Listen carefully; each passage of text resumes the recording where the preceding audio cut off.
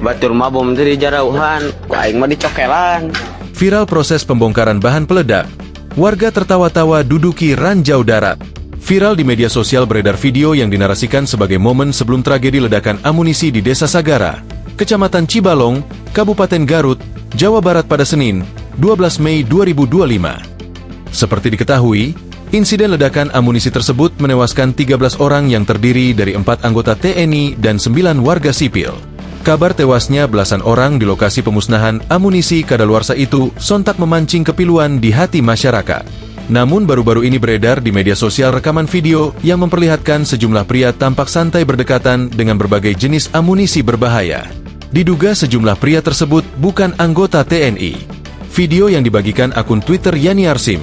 Dalam narasi singkatnya, video itu disebut-sebut direkam di tanggal yang sama dengan kejadian ledakan amunisi yang menewaskan 13 orang.